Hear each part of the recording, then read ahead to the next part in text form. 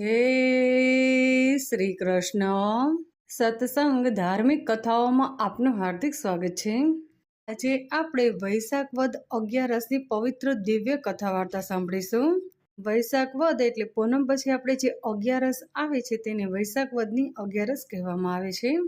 આપણે એક વર્ષમાં 24 એકાદશી આવે છે અને જ્યારે અધિક માસ હોય ત્યારે 26 એકાદશી આવે છે. આ 26 એકાદશીનું અલગ અલગ આપણને પુણ્યફળ પ્રાપ્ત થાય છે અને 26 એકાદશીની અલગ અલગ પવિત્ર દિવ્ય કથા વાર્તા છે. 11નું વ્રત આપણે એવું છે કે આપણું શરીર જેવી રીતે આપણને સાથ આપે એવી રીતે આપણે કરી શકીએ છીએ. 11 તમે નિર્જળા પણ કરી શકો છો, ફળાહાર લઈને પણ કરી શકો છો, ઉપવાસ કરીને પણ કરી શકો છો અને એકટાણું કરીને પણ કરી શકો છો. વૈશાખ વદ 11ને આપણે અપરા એકાદશી કહેવામાં આવે છે. 11નું વ્રત કરવાથી આપણને અનેક ગણું પુણ્યફળ પ્રાપ્ત થાય છે. અનેક હત્યાઓના પાપ હોય તો પણ તે દૂર થાય છે. અપરા એકાદશીનું વ્રત કરવાથી કોઈ પણ વ્યક્તિને ક્યારેય નરકની યાતના ભોગવવી નથી પડતી.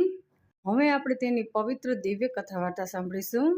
હે જગત નિર્માતા, હે શ્રી કૃષ્ણ, એવી રીતે ધર્મરાજા કહે છે અને કહે છે કે હે શ્રી કૃષ્ણ, વૈશાખ વદ એકાદશી કરવાથી આપણને 100 ફળ પ્રાપ્ત થાય છે અને આ એકાદશીનું નામ શું છે તે તમે મને કૃપા કરી અને કહો. ત્યારે ભગવાન શ્રી કૃષ્ણ કહે છે કે હે ધર્મરાજા, હે રાજન, તમને જે કહું છું તે તમે ધ્યાન દઈ અને સાંભળો.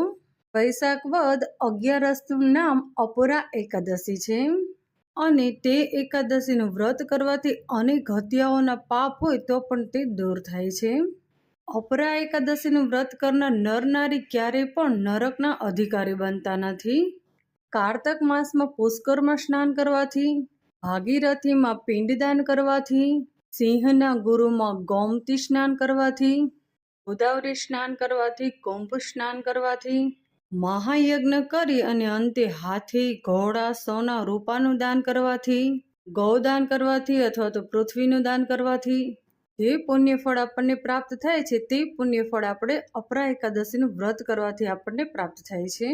એ કોઈ પણ નર નારી વૈષ્ણવ ભક્ત છે ને આ અપરા એકાદશીનું વ્રત કરતો નથી તેનું જીવન મિથ્યા છે. અપરા એકાદશીનું જ્યારે તમે વ્રત કરો ત્યારે તમારે ત્રિવિક્રમ ભગવાનનું પૂજન કરવું જોઈએ. સવારે વહેલા ઉઠી સ્નાનાદિથી પરવારી અને સ્વસ્થ વસ્ત્રો ધારણ કરવા. તમારે તમારા ઘરે તમે ઈષ્ટદેવની પૂજા કરતા હોય એવી રીતે તમારે પૂજા કરવી, મંત્ર જાપ કરવો જે તમે રોજ કરતા હોય તે. પછી તમારે જો બાજુમાં મંદિર હોય તો તે મંદિરમાં જઈ અને તમે પૂજા કરી શકો છો. નહીંતર આપણે 11ની પૂજા ઘરે પણ કરી શકીએ છીએ. અપરા એકાદશીમાં આપણે ત્રિવિક્રમ ભગવાનની પૂજા કરવાની છે. આ પૂજા કરવાથી આપણને વિષ્ણુ લોક પ્રાપ્ત થાય છે.